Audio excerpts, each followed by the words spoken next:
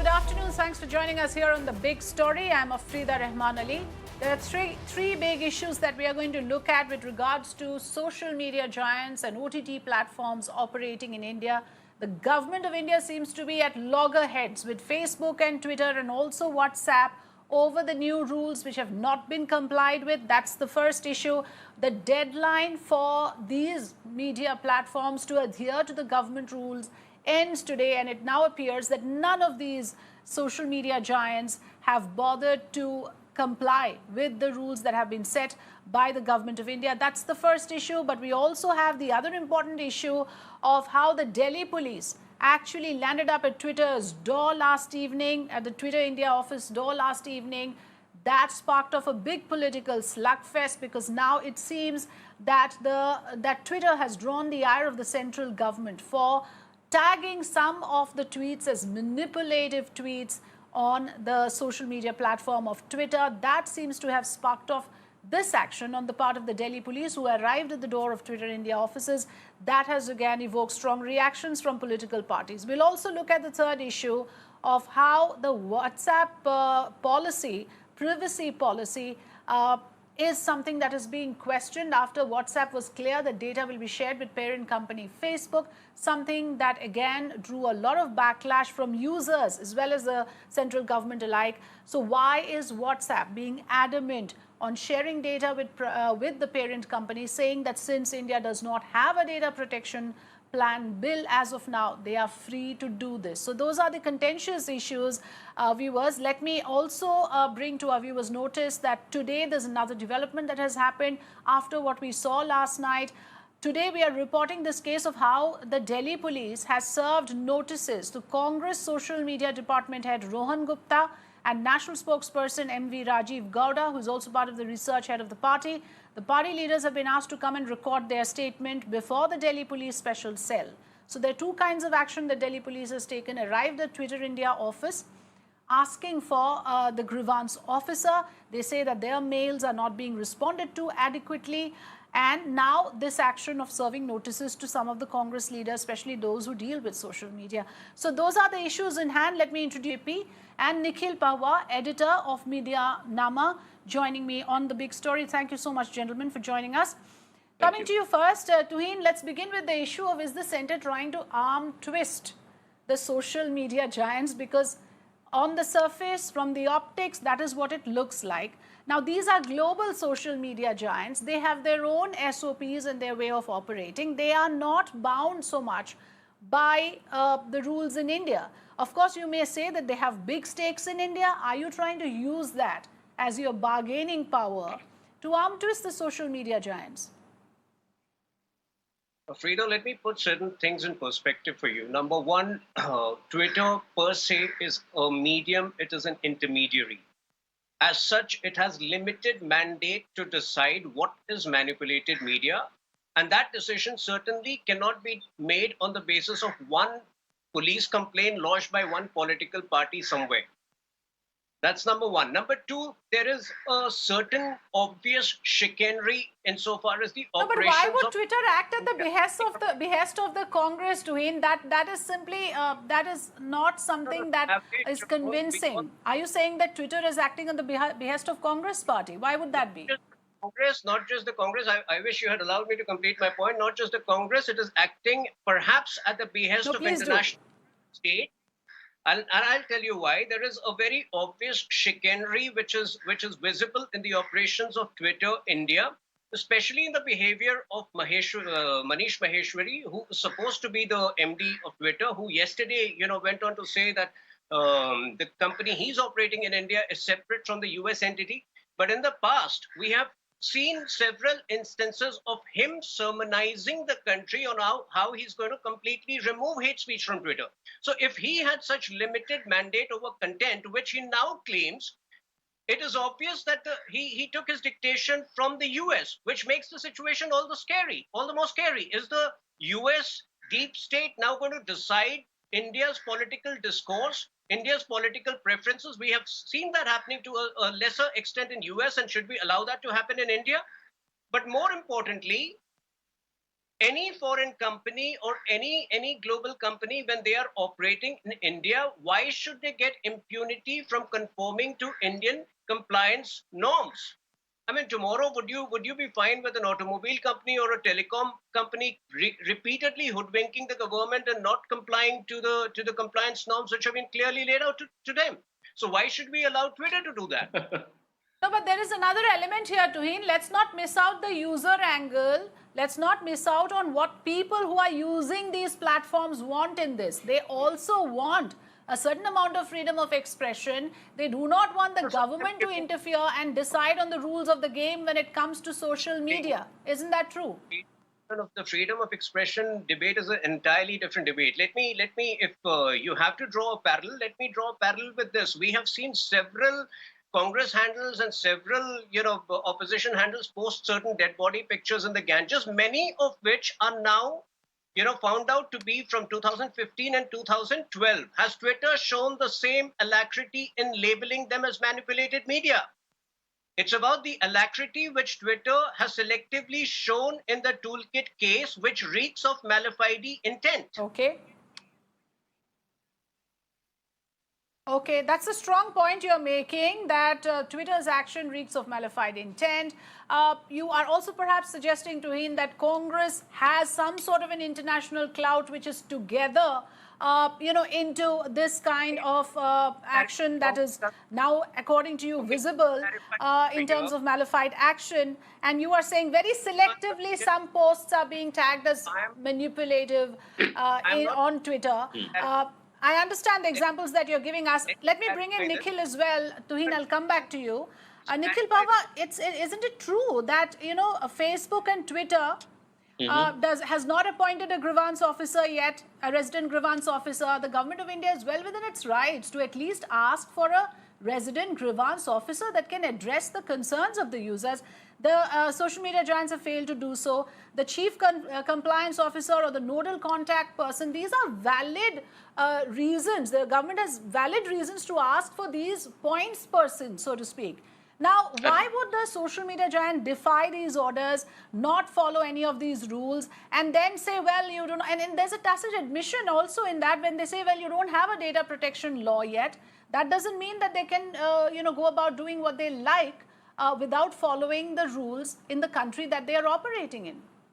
Sure, I'll address that, but first let me just respond to the Twitter issue. Firstly, I think we do need more transparency from Twitter regarding on what basis they have marked Sambit Patra and a few other people's tweets as manipulative media. We do not know how they've done it, whether they've relied on some fact-checking networks. So we need more transparency from there to judge whether their actions are malified or not and on what basis they've done it. Number two, it's very clear that the Delhi police going to Twitter's offices yesterday, all the MNCs and many other companies have been in lockdown and work from home for over a year now. So I'm not sure what they were, and who goes to do these things at night.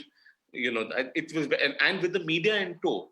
So it is very clear that they were making a show. This was an attempt at intimidation and badgering companies into compliance.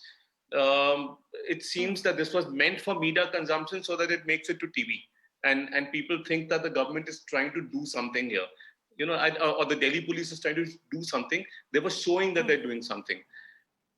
And there's no point in doing something like that, right? The other is that, no matter how much the government says, it can object all it wants. But it's not clear exactly what part of India's IT Act actually allows them to have this manipulated media tag removed. Twitter can tag whatever it wants, whoever it's want. As users, we can ask for transparency, but nothing in the IT Act or the IT rules that you've mentioned prevent Twitter from tagging. When Donald Trump was tagged in the US government did not send the police to intimidate Twitter officials there. So I don't understand why we are doing such things, right? This does not. Lastly, on that issue, under the IT rules which are effective tomorrow, and I'll respond to your question about that, Sambit Patra can actually go and complain to a grievance officer, and within 15 days, Twitter has to respond. So why is it that when due process is going to be put But they into have place, not appointed these resident grievance one second, officers, Mr. no, Pava. That's the problem, isn't it? These nodal officers are not in place. no. So And there are two since you raised the aspects. issue, Delhi police has said in a statement that their To emails are serve a not being notice. responded to. Therefore, they had to land up physically in the office to check who's operating out of these Twitter India offices. If they, I mean, look, Meti has sent letters before and Twitter's responded to them. Maybe the Delhi police should have found out who sent the letters, where to send the letters. But that's besides the point. What I was talking about, the IT rules, these companies they don't have a chief compliance officer because that requirement came in 3 months ago. Now, many of them do have grievance officers in the country. The point is, 3 months is an insufficient sort of timeline for companies to put in processes. Remember, because they are supposed to acknowledge the complaint within 24 hours and adjudicate on them and respond to the user within 15 days. They need to build teams, set up operations, set up procedures. 3 months is an insufficient deadline. And frankly, most companies, as far as I understand, were expecting the government to extend this deadline. Nikhil Pava, I'll come back to you. So, yes, let's take it point by point and then I will go to other issues as well. So doing two issues. Firstly, 3 months, Nikhil Pava says is insufficient time and none of these social media giants have said we will not do it. They're saying we need more time. That's number one. Number two, your existing IT Act and IT rules do not prevent Twitter from using this facility of tagging anything as manipulative tag, which they have done for individuals like Donald Trump as well, which means this is a general rule that Twitter has, which it is applying. And why don't you have a data protection law? If you're that serious about these issues, about the privacy of the users, why don't you have the legal sanctity? That has not worked out. So two things. I don't think the timeline is insufficient. Certainly, Twitter has not said it is insufficient or has sought extra time. That is probably my co-panelist's personal assessment of the situation, that the time provided to Twitter is insufficient to heed to these compliance norms. So let Twitter say that. Are you representing Twitter over here? I'm not, but I do feel that this timeline is insufficient because companies need to. I run a company myself. Companies take time to hire people, set up processes. It takes time. In fact, when the data protection, when the GDPR was instituted in the US, the EU gave 2 years for companies to set up processes for the GDPR to be effective. These cannot be done overnight or even within a 3-month timeline. These things take time. And there is precedence with regards to time being given to set up new processes. Set that aside. Let's talk about the other issue as well, Tuhin. Go ahead. On the data protection bill and nothing prevents Twitter, as per the current rules, from using the manipulative media facility. While I respect the sentiment of my co-panelist, I think that intimation needs to come from Twitter, isn't it? Absolutely. I completely agree. And I believe the IMAI, the Internet and Mobile Association of India, has written to the government. Yes. No, let me finish. The IMAI has written. IMAI represents a lot of Indian companies and these MNCs, and they have written to the government asking for an extension of timeline. That letter is in the public domain. Yes, I think that's true. There is already a written communication asking for extension of deadline. Yes. Continue, Mr. Tuhin Sinha. Advise Twitter a little more on how to deal better with the government, because of the communication between Twitter and government had been so transparent.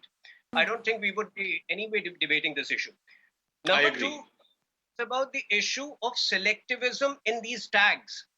Like I gave you the example, there are several other examples. They can immediately jump to Donald Trump, which points out to the larger issue which I was pointing. There is an international deep state, and which, by the way, I'm more privy to because of the work that I have done in my book, which now believes it is emboldened enough to impact the political discourse of different countries, which now believes it is emboldened enough to impact political changes in different countries. And no, the Congress is not powerful enough to be a part of that, that conspiracy.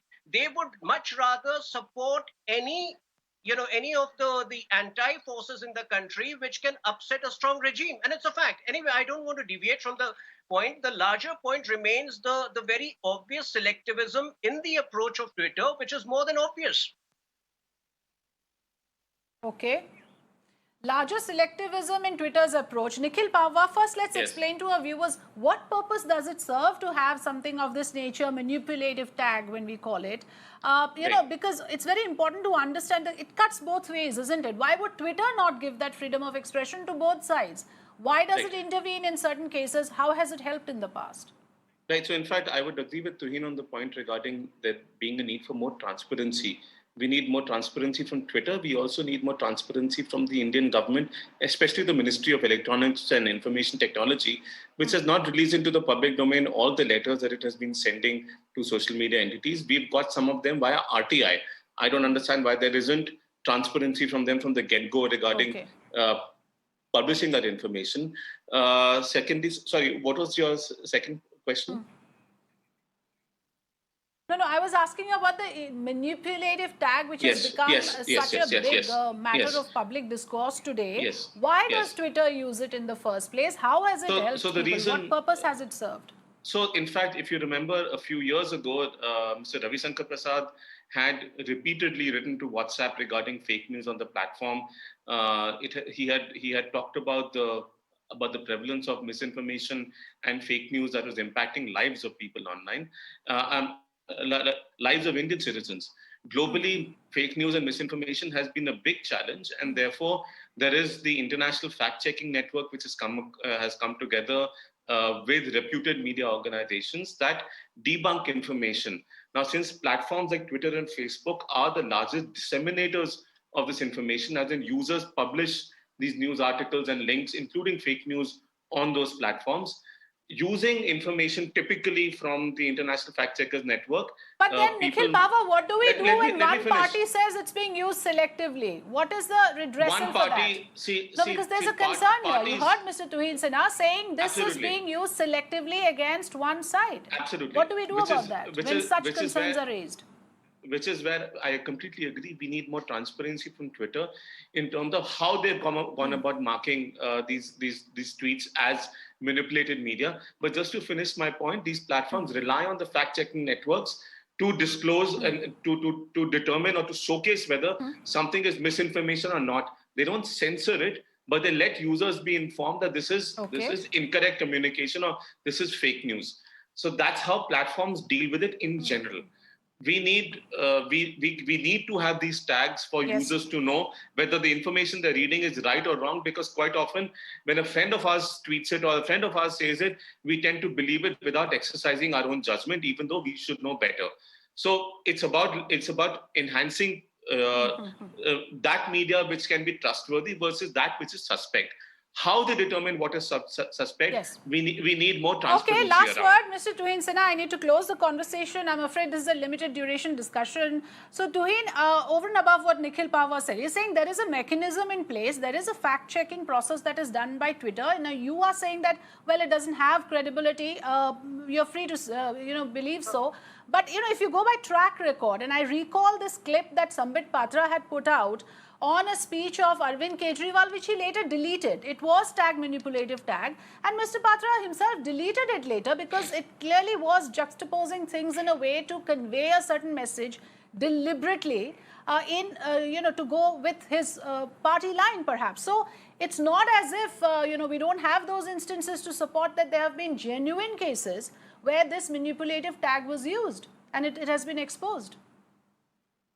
If the error happens in matter of factly, that could happen from a news channel also. There are news channels which have deleted their tweets when they realized they were not, authentic or correct. But I think it's very unfair to have this debate without a Congress representative, because we all know, for various reasons, some media channels may not be accepting this, but the present set of new age fact checkers, they are the biggest fake news peddlers, employed and sponsored by the Congress party. Zubair and whoever, they run a fake news business.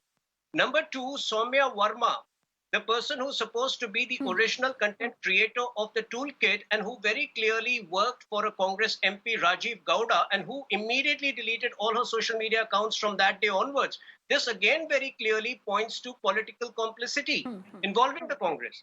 So I wish, we could have had the Congress anyway, discussions become very trapped No, without the because this Congress. is not a political debate. We were just trying to understand the various issues, because right now, Mr. Sinha, the issue is between centre and the social media giants, not so much the Congress party, because you've taken up Twitter, you've pulled up Twitter, Delhi police has landed up in Twitter India offices. The issue of WhatsApp defying the privacy policy and saying we stick to our rules and we are not going to withdraw the new privacy policy rules.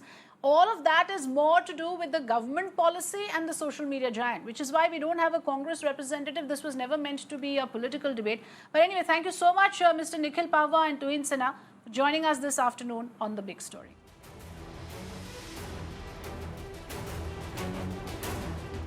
Well, let's take a short break here. News and updates continue on the other side. Stay with Mirror.